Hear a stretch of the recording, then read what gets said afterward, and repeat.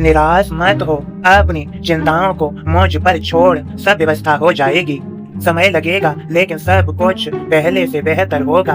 तुम्हें तुम्हारे पैरों पर खड़ा मैं करूंगा, अर्थात तुम्हें सफल व्यक्ति मैं बनाऊंगा। तुम अकेले नहीं हो, ये साईं, ये तुम्हारा बाबा तुम्हारे साथ है। मैं तुम्हारा बाबा साईं तुम्हारे पीछे खड़ा हूँ, तुम्हारे दाएं खड़ा हूँ, तुम्हारे बाएं खड़ा हूँ, तुम्हारी चारों तरफ मैं तुम्हारी सहायता करने के लिए उपस्थित हूँ। तो इसलिए निराशा छोड़ो और अपनी आशा को मजबूत करो। तुम सफल व्यक्ति बनकर ही रहोगे।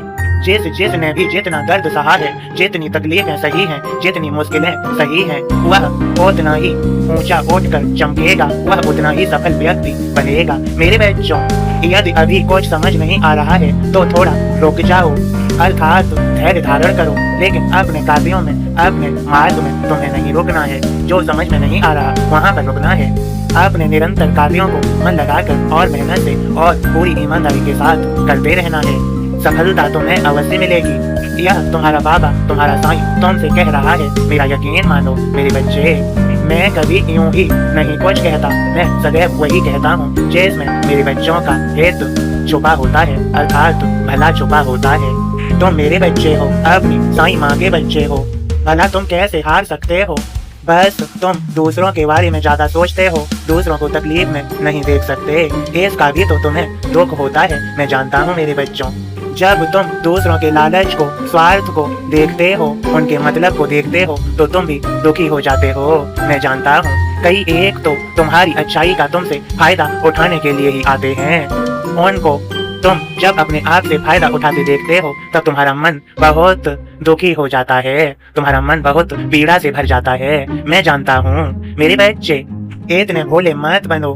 हाँ, मैं तुम्हारी मदद कर रहा, लेकिन तुम इतने भोले मत बनो कि अपना सब कुछ जो भी तुम्हें मिला है, मैंने दिया है, वह उन लालची, स्वार्थी, मतलबी लोगों पर ही लुटा दो। ऐसे मत बनो।